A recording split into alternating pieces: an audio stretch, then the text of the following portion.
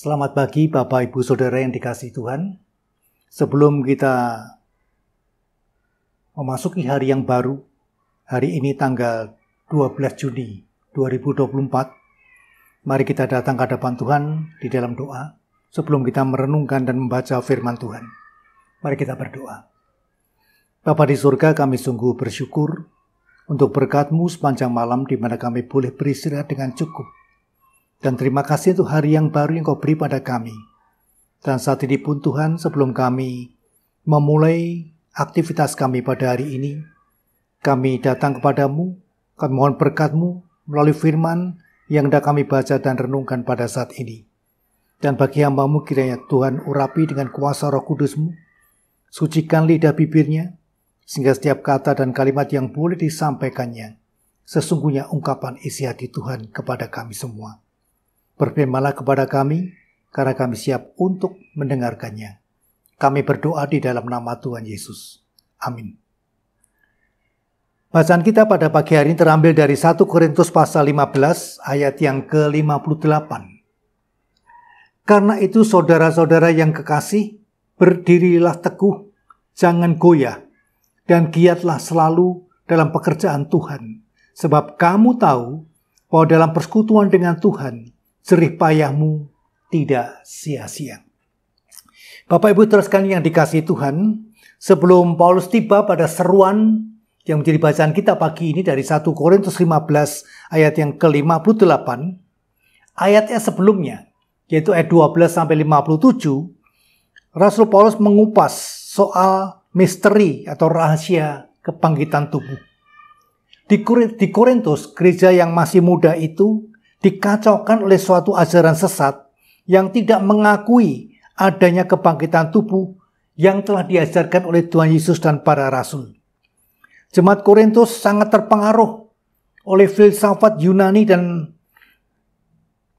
tentang kekekalan jiwa dan kefanaan tubuh.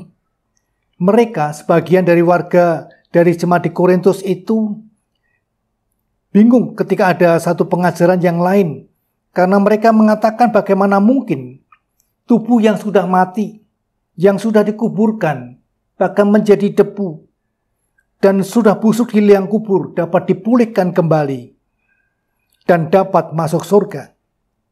Orang mati yang dibangkitkan dengan tubuh, apakah mereka bisa seperti itu kelak dan kemudian masuk surga? Bagaimana wujudnya? Apakah seperti tubuh biasa ini? Semua pertanyaan ini membingungkan anggota jemaat Korintus, sekaligus menggoyahkan persekutuan. Sebab dasar teologi di atas mana jemaat itu dibangun sedang diguncang gempa ajaran sesat. Situasi yang melanda jemaat di Korintus itu membutuhkan jawaban teologis yang mampu mencegah perpecahan dalam jemaat itu. Persoalan ini rupa-rupanya sampai ke telinga Rasul Paulus, sang gembala rohani, yang pada saat itu sedang berada di Efesus. Dan dari sanalah surat 1 Korintus ini dituliskan oleh Paulus sekitar tahun 90. Sebenarnya persoalan gereja Korintus sangat multikompleks. Mereka terancam perpecahan. Ada friksi, ada golonganisme, koncoisme, tokoisme, dan yang lain-lain. Gereja Korintuslah yang paling banyak menyusahkan pikiran Paulus, karena di sana paling banyak terdapat masalah. Akar sumber masalah yang sebenarnya adalah apa yang dibahas Paulus dalam pasal 15 ini, yaitu doktrin kebangkitan tubuh yang didasarkan atas kebangkitan Kristus. Suatu gereja yang dasar teologinya sudah goyah, doktrinnya tidak jelas, dimensi eskatologisnya sudah samar-samar, pasti akan mengalami goncangan dan ancaman perpecahan seperti gereja yang di Korintus. Paulus menyatakan keyakinan imannya, dogma yang diaminkannya, doktrin yang diajarkannya perihal kebangkitan tubuh berangkat dari iman terhadap kebangkitan Kristus. Maka dia berkata dalam ayat yang ke-12-14, jadi bila mana kami beritakan bahwa Kristus dibangkitkan dari antara orang mati, bagaimana mungkin ada di antara kamu yang mengatakan bahwa tidak ada kebangkitan orang mati? Kalau tidak ada kebangkitan orang mati, maka Kristus juga tidak dibangkitkan. Tetapi andai kata Kristus tidak dibangkitkan, maka sia-sialah pemberitaan kami dan sia-sialah kepercayaan kamu. Iman Kristen didasarkan atas kebangkitan Kristus dan atas pengharapan akan kebangkitan Tuhan. Pengharapan eskatologis akan kebangkitan tubuh yang harus mendasari tingkah laku gereja dan orang percaya. Tentang bagaimana orang mati itu dibangkitkan dan dengan tubuh apakah mereka akan datang kembali. Paulus memakai ungkapan sebagai berikut. Ditaburkan dalam kebinasaan, dibangkitkan dalam ketidakbinasaan. Ayat 42. Ditaburkan dalam kehinaan, dibangkitkan dalam kemuliaan. Ditaburkan dalam kelemahan, dibangkitkan dalam kekuatan. Yang ditaburkan adalah tubuh alamiah, yang dibangkitkan adalah tubuh rohania. Kita akan memakai rupa dari yang surgawi, dan kita semuanya akan diubah. Orang-orang mati akan dibangkitkan dalam keadaan yang tidak dapat binasa, mengenakan yang tidak dapat mati. Dengan keyakinan iman, demikianlah Paulus mampu berkonfrontasi dengan sang maut dan kematian. Maka dia mengatakan dalam ayat yang ke-55 dan 54 dan 55, maut telah ditelan dalam kemenangan. Hai maut, di manakah kemenanganmu? Hai maut, di manakah sengatmu? Bagi Paulus, maut bukan lagi kata akhir. Maut bukan lagi ketakutan. Bagi Paulus dan orang percaya, hidup adalah Kristus dan mati adalah keuntungan. Doktrin inilah yang sangat tertancap kukuh di dalam hati dan pikiran Paulus. Dalam ayat yang ke-58, Paulus tiba pada suatu seruan dan perintah. Karena itu saudara-saudaraku yang kekasih, berdirilah teguh, jangan goyah, dan giatlah selalu dalam pekerjaan Tuhan. Sebab kamu tahu bahwa dalam persekutuan dengan Tuhan, jerih payahmu tidak sia-sia. Maksudnya di atas dasar doktrin Kristiani tentang kebangkitan daging dan hidup yang kekal itu, kita harus berdiri teguh. Jika doktrin Kristen yang kukuh ini tidak dipegang dan dihayati secara terus-menerus, maka gereja akan terseret pada situasi yang diombang-ambingkan oleh rupa-rupa angin pengajaran, oleh permainan palsu manusia dalam kelicikan mereka yang menyesatkan. Di atas dasar doktrin inilah, orang percaya giat selalu dalam pekerjaan Tuhan dan jaminan kemenangan diberikan, yakni dalam persekutuan dengan Tuhan. Jerih payahmu tidak sia-sia. Di sini kita melihat bagaimana eratnya kaitan antara dogma dan etika, antara doktrin dengan disiplin, antara indikatif dan imperatif. Demikianlah selalu kita melihat struktur pengajaran Rasul Paulus, dan gereja sepanjang masa juga selalu bergumul dalam rangka misinya antara yang dua ini, doktrin dan disiplin. Berdirilah teguh dan jangan goyah adalah suatu seruan agar tetap berpegang teguh dalam keyakinan iman. Kondisi berdiri teguh, tidak goyah adalah syarat mutlak dalam suatu peperangan, terutama peperangan rohani. Kita ingat misalnya bagaimana Yosua diteguhkan dalam rangka maju ke medan peperangan, menaklukkan tanah Kanaan.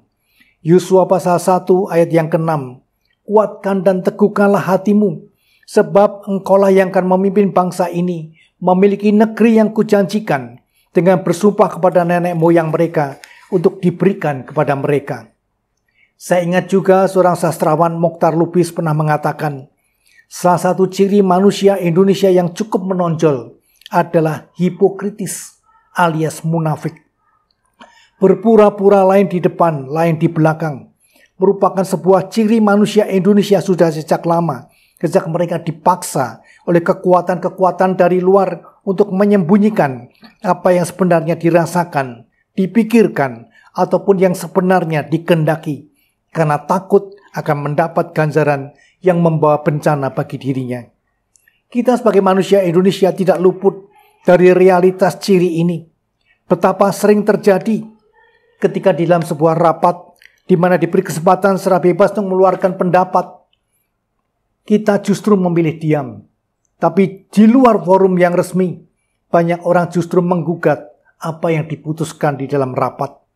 Takut mengeluarkan pendapat karena tidak siap menerima resiko adalah suatu sikap munafik yang sangat dicela oleh Tuhan Yesus. Dalam hal ini seruan ini sangat relevan. Berdirilah teguh, jangan goyah. Mengajak kita untuk secara berani mengatakan tidak kepada yang salah dan ya kepada yang benar. Berdirilah teguh, jangan goyah. Mengajak kita untuk kukuh, tegak di atas satu-satunya dasar, yaitu Kristus. Karena tidak ada seorang pun yang dapat meletakkan dasar lain daripada dasar yang telah diletakkan, yaitu Yesus Kristus. Giatlah selalu dalam pekerjaan Tuhan. Adalah tugas setiap orang percaya. Istilah selalu berarti terus-menerus, tidak berhenti. Baik saat muda sampai tua. Dalam kerajaan Allah tidak ada istilah pensiun. Tapi selama Tuhan memberi siang bagi kita harus bekerja. Selalu berarti kapan dan di mana saja. Dalam keadaan sulit atau gampang. Di desa atau di kota. Di jemaat yang besar atau jemaat yang kecil. Di lembaga atau di jemaat. Di tempat yang banyak dana, di tempat yang minus. Pada jabatan pimpinan atau anak buah. Mengapa? Karena sesungguhnya pekerjaan kita adalah dalam rangka pekerjaan Tuhan. Yang dibangun adalah kerajaan Allah, bukan kerajaan gereja, apalagi kerajaan pribadi. Oleh sebab itu, bagi setiap pelayanan yang ikut dalam barisan duta-duta Kristus, harus ingat perkataan Yesus ini. Bukan kamu yang memilih aku, tetapi akulah yang memilih kamu. Dan aku telah menetapkan kamu, supaya kamu pergi dan menghasilkan buah. Dan buahmu itu tetap, supaya apa yang kamu minta dalam Bapa dalam namaku, diberikannya kepadamu. Dalam persekutuan dengan Tuhan, jerih payahmu tidak sia-sia. Adalah sebuah janji dan jaminan kemenangan. Bekerja di kawasan gereja Tuhan bukanlah pekerjaan yang ringan. Bekerja di ladang Tuhan, seperti yang Yesus katakan adalah memikul salib. Apakah salib itu? Salib itu adalah berbahagialah kamu jika karena anak manusia orang membenci kamu. Dan jika mereka mengucilkan kamu dan mencela kamu serta menolak namamu sebagai sesuatu yang jahat. Pekerjaan Tuhan adalah pekerjaan yang penuh dengan jerih payah. Tidak mungkin dikerjakan sambil santai. Harus dengan sungguh-sungguh, bahkan dengan keringat dan air mata. Sebab itu diperlukan doa dan meditasi. Namun betapapun jerih payah yang tersita dalam pekerjaan itu, asal dilakukan dalam persekutuan dengan Tuhan, artinya dilakukan dalam hikmat dan kuasa Tuhan, pekerjaan itu tidak sia-sia. Tapi sebaliknya, pekerjaan yang dilakukan bukan dalam persekutuan dengan Tuhan, bukan melalui pergumulan bersama secara meditatif oleh persekutuan orang-orang percaya, pekerjaan itu mungkin akan menjadi sia-sia. Dalam Alkitab kita diteguhkan dengan janji penyertaan dan sukacita di balik duka. Orang-orang yang menabur dengan mencucurkan air mata akan menuai dengan bersorak-sorak. Orang yang berjalan maju dengan menangis sambil menabur benih pasti pulang dengan sorak-sorai sambil membawa berkas-berkasnya. Kepastian akan keselamatan dan kemenangan serta janji suka di balik duka merupakan motivasi yang sangat kuat dalam rangka giat selalu dalam pekerjaan Tuhan. Tapi bekerja di kawasan kebun anggur Tuhan tanpa motivasi yang jelas seperti disebutkan di atas merupakan beban yang tidak tertahankan. Oleh karena itu biarkanlah kita boleh melakukan setiap pekerjaan pelayanan dengan sungguh-sungguh dan dengan penuh sukacita. Dan ini adalah tugas kita semua sebagai orang-orang yang percaya. Firman Tuhan mengatakan, giatlah selalu dalam pekerjaan Tuhan, dan jerih payahmu tidak akan pernah sia-sia. Tuhan akan mencatat segala sesuatu yang kita lakukan. Tuhan berkati firman-Nya. Amin. Mari kita berdoa. Bapa di surga, terima kasih untuk firman-Mu pada pagi hari ini. Karena sesungguhnya firman-Mu itu akan menghasilkan kehidupan, akan menimbulkan iman, memberikan sukacita, memberikan pengharapan, mendatangkan perubahan, mengalahkan pencobaan, mengatasi kesusahan, menyucikan pikiran kita. Firman Allah merupakan gizi rohani yang harus menjadi makanan kita. Oleh karena Tuhan, biarkanlah firman-Mu pada pagi hari ini tertanam dalam hati kami dan boleh kami lakukan di dalam hidup. Biarkanlah ketika Tuhan masih memberi kehidupan pada setiap kami, kami boleh mengisi untuk bekerja di ladang Tuhan. Pakailah kami Tuhan sebagaimana adanya kami. Di dalam Kristus kami berdoa. Amin.